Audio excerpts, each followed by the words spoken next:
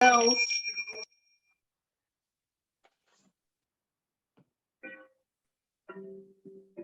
Good morning. It's a beautiful morning. Welcome to the Unitarian Universalist Congregation of the Catskills. Our minister is Reverend Bob Janice Dillon, and I am Kathy Atwell, your worship associate for this morning. A big welcome to everyone, wherever you are, wherever you're joining from Zoom, be it your living room, your bedroom, your porch, your garden, or your car. We are glad you are here. Unitarian Universalism is a liberal religious faith that carries no creed and welcomes all seekers. Whoever you are, whomever you love, wherever you are on life's journey, you are welcome here. We are guided by a set of principles and written sources that encompass the many ways we come to know and understand the world and the universe.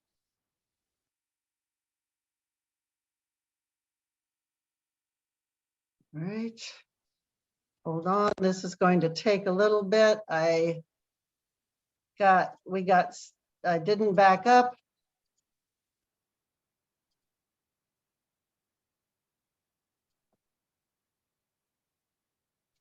Sorry, that was me bad. All right. Our principles are important to us at UU Catskills, and we live our values on a daily basis. We affirm that Black Lives Matter. We're a welcoming congregation for the LGBTQ+ community. We are affiliate of the Ulster Immigration Defense Network. We are an active voice in the effort to address climate change, and we acknowledge that our sanctuary is built on Lenape Nation's ancestral land. If you'd like to contact someone at the UU Catskills, a contact list is shown on your screen. If you are a visitor and would like to be added to our mailing list, you can put your name and email address in the chat box area. We encourage you to read our September newsletter that is distributed through our email list and posted on our website, uucatskills.org. Community circles connect members with others that live in their local community. There are 9 circles in different areas who meet monthly, in person and online through Zoom, or online or in person through Zoom. If you'd like to get in touch with a circle in your area, please contact our office administrator. Today, assisting with today's service is Tom Hackett, who's our Zoom host, along with several other people who helped before we got started. After the service, please stay for our breakout rooms for virtual coffee breakout. And then our prelude is Labor Day March, performed by Bill Toole. I'm going to stop sharing.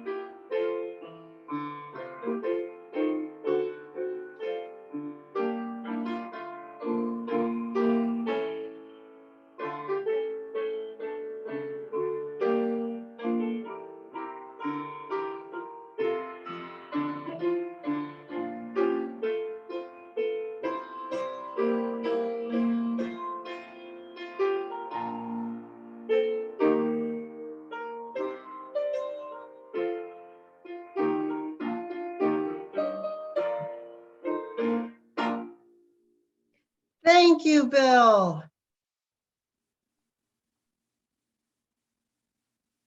All right, so let's see. All right, let's go.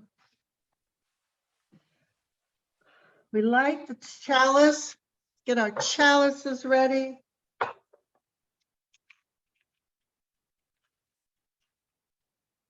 And we say that we light this chalice in loving, grateful, loving community. Even in the darkest of times, may its flame light the path of courage, justice, and I can't see that, hope. So I have my chalice. May we be reminded here of our highest aspirations and inspired to bring our gifts of love to all living beings. May we know once again that we are not isolated, but connected in wonder and joy to mystery and miracle in the universe, in this community, and in each other. And the opening words I chose was on the possibility found in we by American political activist Paul Rogat Loeb. Moments of doubt are inevitable, especially in a culture that embraces cynicism and mocks idealism as a fool's errand. But if we look at life through a historic lens, we find that the proverbial rock can be rolled, if not to the top of the mountain, then at least to successive plateaus. Indeed, simply pushing the rock in the right direction is cause for celebration. History also shows that even seemingly miraculous advances are in fact the result of many people taking small steps together over a long period of time. For every Desmond Tutu, there are thousands of anonymous men and women who have been equally principled, equally resolute in the same cause. So here we have our own Mary Young and Jean Cotton on guitar singing Union Maid.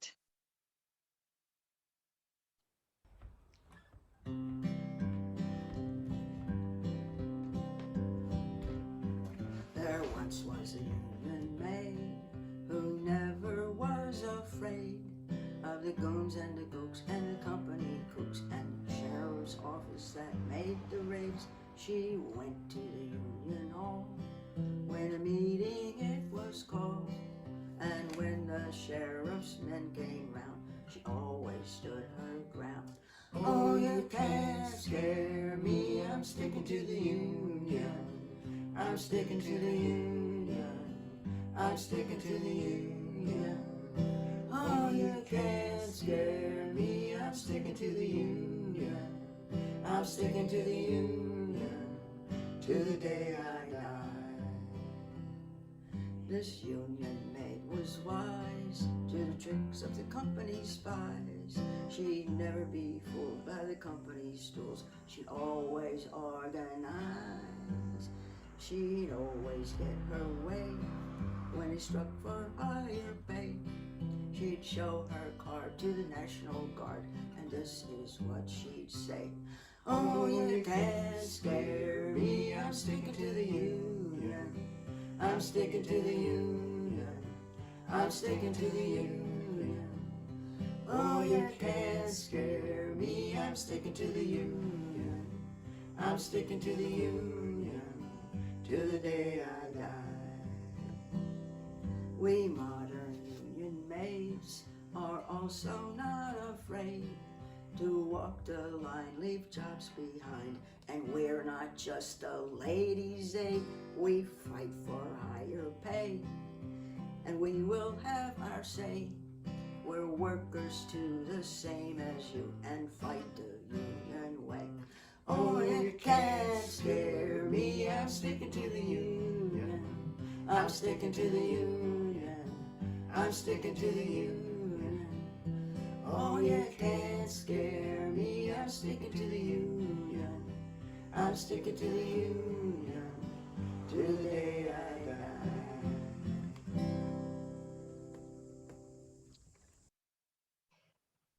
Thank you, Marie. That was lovely. Right. We want to take a few minutes to share our joys and sorrows. Feel free to keep,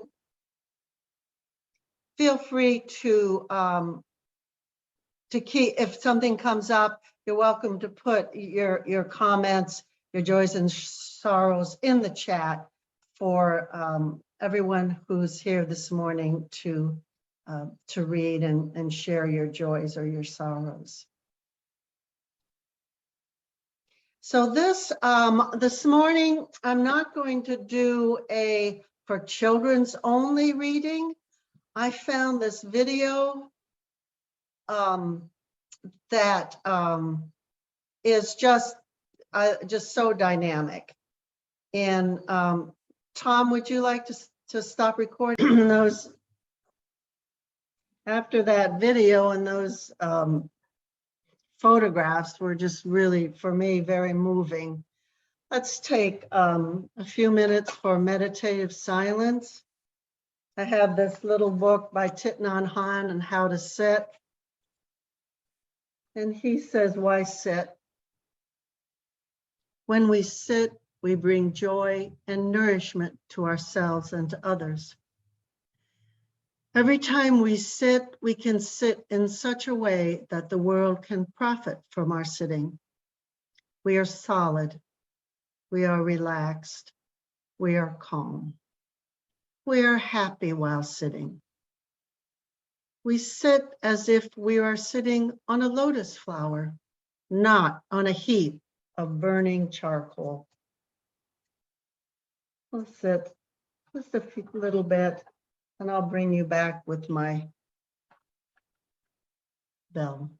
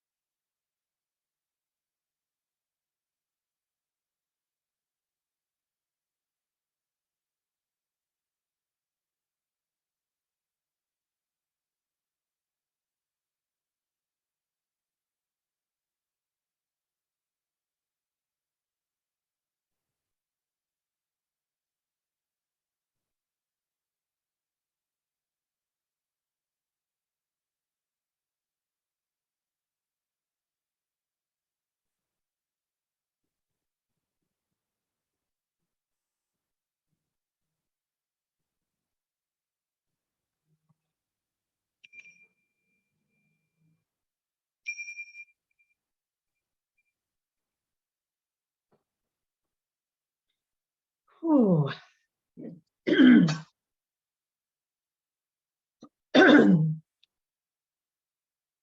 So this month's half plate donations go to Sustainable Hudson Valley. Sustainable Hudson Valley's mission is to speed up, scale up, jazz up, and leverage progress against climate change, creating communities with people and nature.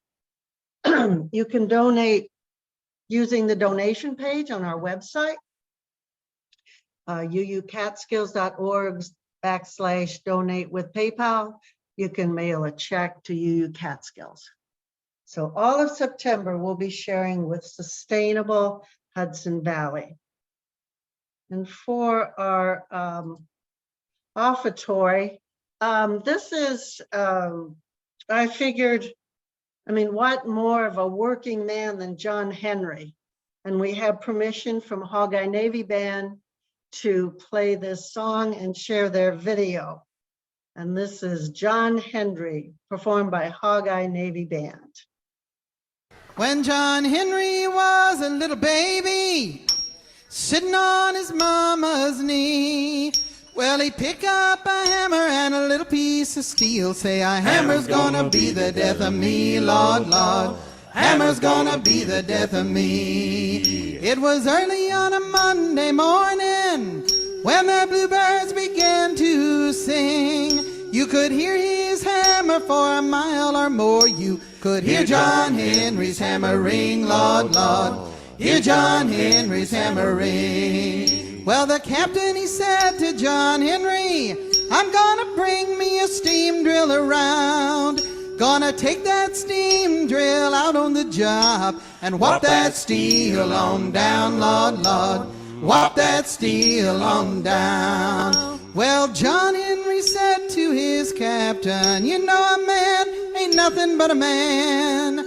But before I will let your steam drill beat me down, I'll die with a hammer in my hand, Lord, Lord. Die with a hammer in my hand. Well, John Henry said to his shaker, now shaker, why don't you sing? 'Cause I'm throwing 9 pounds from my hips on down. Just listen to the cold steel ring, Lord, Lord. Listen to the cold steel ring. Well, the captain, he said to John Henry, I believe this old mountain's caving in. But John just laughed at his captain and he said, ain't nothing but my hammer sucking wind, Lord, Lord. Nothing but my hammer sucking wind. Well, John Henry said to his shaker, now shaker, why don't you pray? 'Cause if I miss this little piece of steel, tomorrow'll be your burying day, Lord, Lord. Tomorrow'll be your burying day. Now the man who invented the steam drill, oh, he thought he was mighty fine. But John Henry's hammer drove 15 feet and the steam drill only drove 9, Lord, Lord. Steam drill only drove 9. John Henry hammered on the mountain till his hammer was striking fire. But he hammered so hard, he broke his poor heart. He laid down his hammer and he died, Lord, Lord. Lay down his hammer and he died. We buried John Henry by the railroad. Oh, we laid him beneath the sand. And every engineer come rolling by, say, there lies a steel driving man, Lord, Lord. There lies a steel driving man. There lies a steel driving man, Lord, Lord. There lies a steel driving man.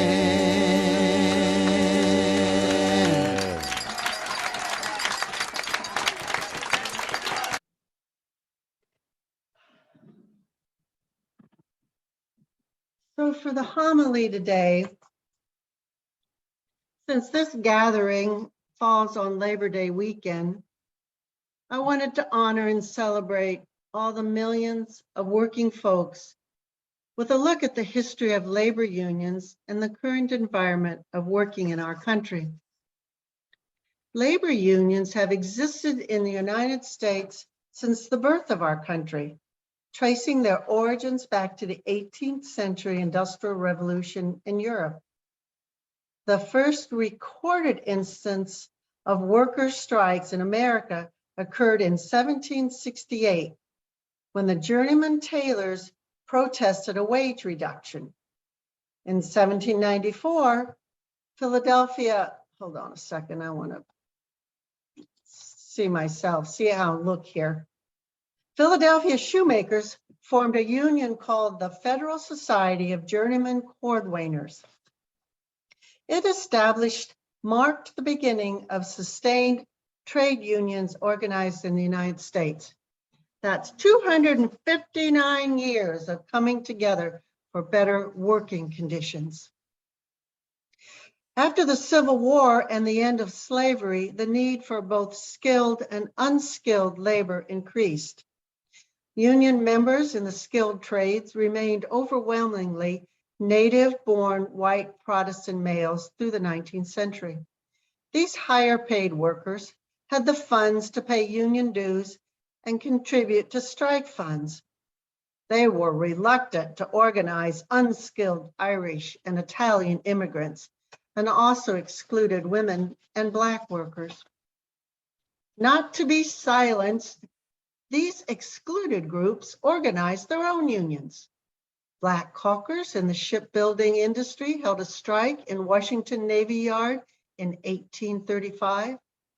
Women tailors, shoe binders, mill workers, and Black laundresses formed their own unions. In 1867, the National Union for Cigar Makers was the first union to accept women and Black workers. In 1912, the International Brotherhood of Electrical Workers, which had been organized in the telephone industry, accepted telephone operators who were primarily women. Finally, women operators won the recognition of their vital role in making those connections.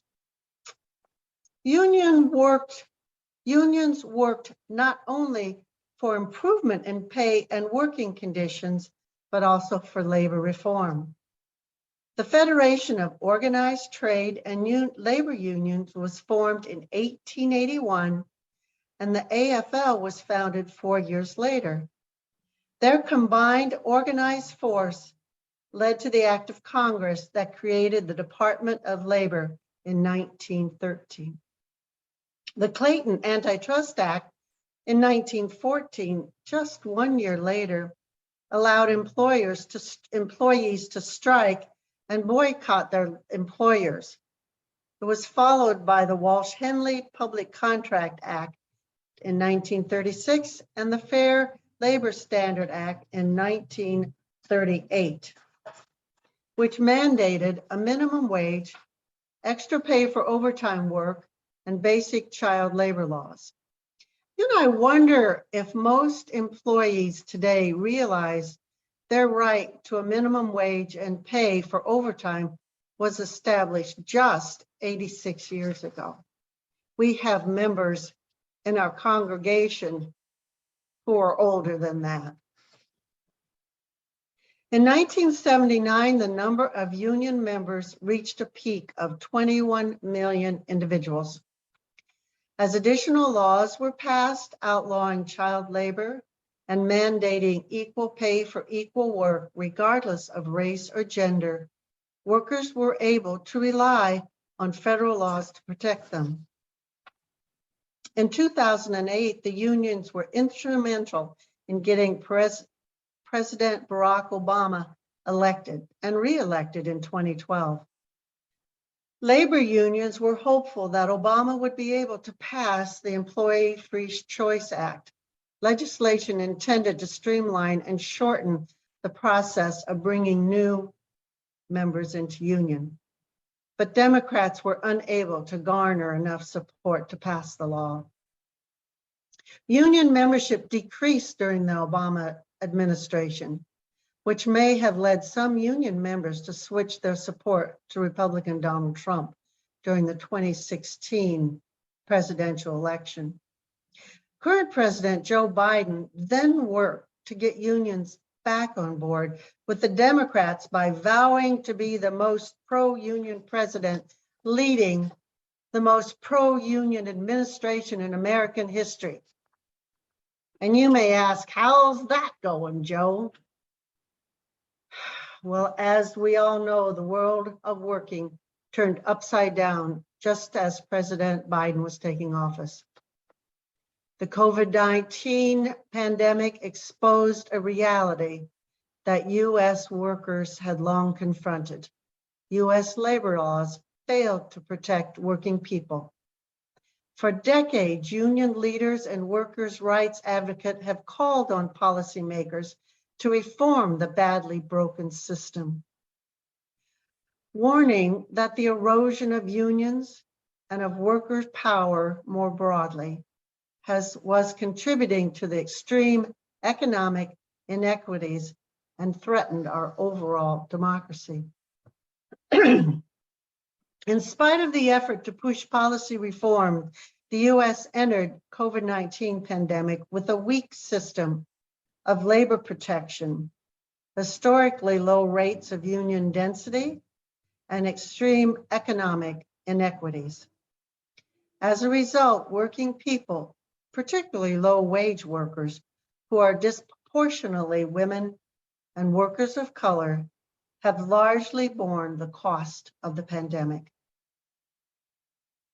Reform must be responsive to the lessons we have learned from the challenges working people have faced during the pandemic. One of the main lessons is the need for and power of workers' collective voice in the workplace. Where workers have been able to act collectively and through their union, they've been able to secure enhanced safety measures, additional pay, and paid sick time. Unionized workers have had a voice in how their employees navigate the pandemic, including negotiation for terms of furlough and work share arrangements to save jobs. And we know there were stories where the unions helped people shuffle around to save the jobs, not lay them off. Now it is more important than ever that all workers have a voice in the workplace and access to a union. Workers' lives and the health and safety of working families depend on their ability to have a say in how they do their jobs. The right to a union and collective bargaining is also directly relevant to our urgent national conversation around racial inequality in its various forms, including economic disparity in races. Union and collective bargaining help shrink the Black-white wage gap due to the fact that Black workers are more likely than white workers to be represented by a union, and Black workers are in unions get a larger boost to wages from being in a union than white workers. This means that the decline of unionization played a significant role in the expansion of Black-white wage gap over the last 4 decades, and have increased in unionization could help reverse those trends. So where do we as UUs and UUA stand? The UUA sides with inspiring labor resurrection happening in workplaces across the country. As Unitarian Universalists, we have long believed that challenging inequities locally and globally for workers is a moral imperative. Our work is critical. Across the country, we see attacks on the right to organize, which violates UU's belief around interdependence and the inalienable right inherent in the democratic process that we hold dear. Technology companies have mounted a huge attack on gig workers, putting millions of dollars into ballot measures that would undermine workplace protection. And there are 31 measures across the country to prioritize schools and disempower teachers. Disempowered teachers. I say power to the teachers. Red for ed.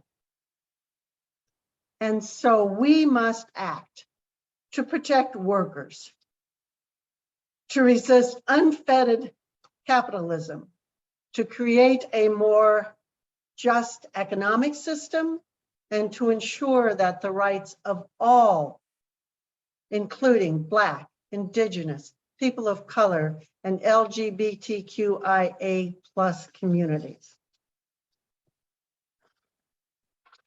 Today, we are witnessing a growing labor movement built by and for working class people that is pushing back against a sick system of exploitative capitalism that concentrates wealth in the hands of a few people. It is a movement coming alive. A new Gallup poll shows that support for unions is the highest it's been since 1965. We'll take whatever celebrations we can get. Together we can pass legislation that honors worker dignity, values labor, and holds the quality of every life as sacred. As a people of faith and conscience, we rejoice in recent historic wins for Starbucks and Amazon facilities. This is the righteous work of people joining together across differences to demand dignity, safety, and justice. We work for justice, equity, and compassion in our relationships and systematic change in our society. We know that the escalation of economic inequities undergirds 1,000 injustices, from climate change to homelessness, from mass incarceration and low-wage worker exploitation. We also know that a better world is possible, and we strive to be part of the solution. And I have this lovely, you can sing along, the words will come along or will be shown, and it's very uplifting. So maybe some of that, where'd it go? Oh no, no. Let's go back. All right, let's sing along. Where is it? All right, we'll go back. Got. Oh, it's so lovely too.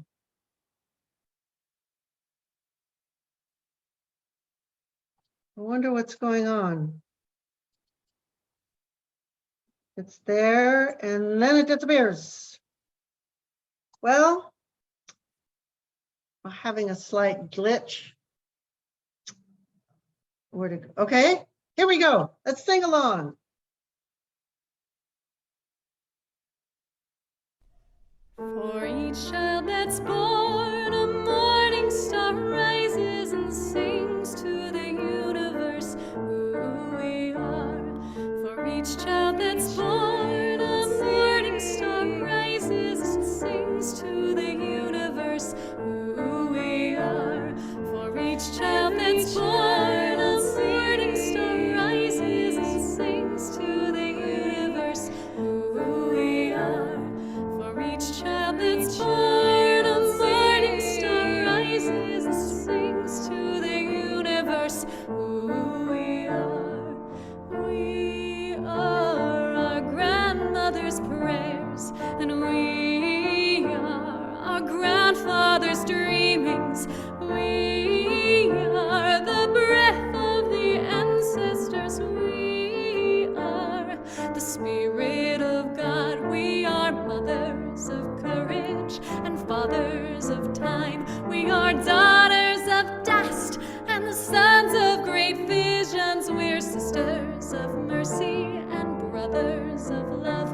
We are lovers of life and the builders of nations. We're seekers of truth and keepers of faith. We are makers of peace and the wisdom of ages. We are our grandmother's prayers, and we are our grandfather's dreamings. We are the breath of the ancestors. We are the Spirit of God. We are mothers of courage and fathers of time. We are daughters of dust and the sons of great visions. We are sisters of mercy and brothers of love. We are lovers of life and the builders of nations. We're seekers of truth and keepers of faith.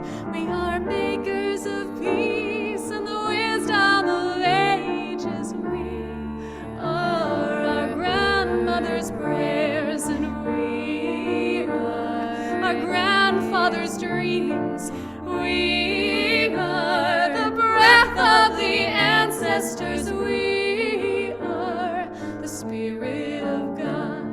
For each child that's born, a morning star rises and sings to the universe who we are. For each child that's born, a morning star rises and sings to the universe who we are. For each child that's born, a morning star rises and sings to the universe who we are. For each child that's born, a morning star rises and sings to the universe who we are.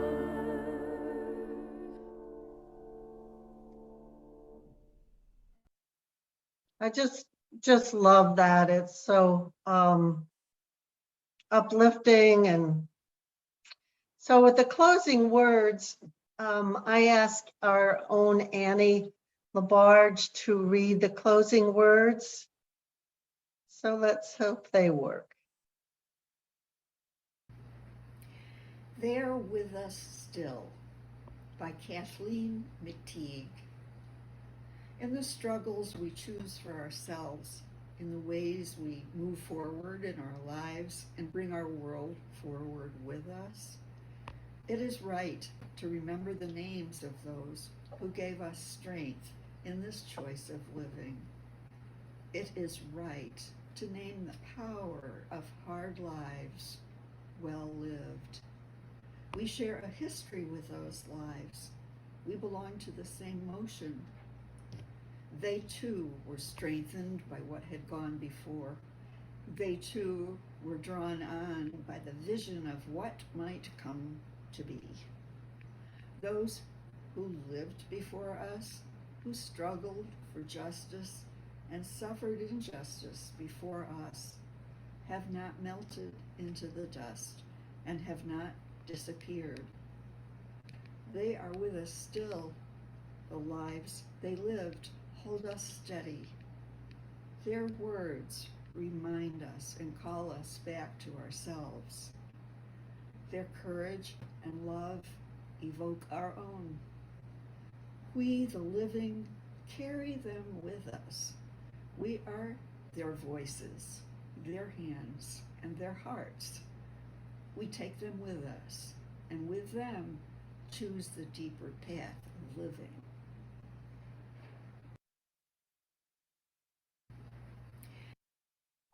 Thank you, Annie.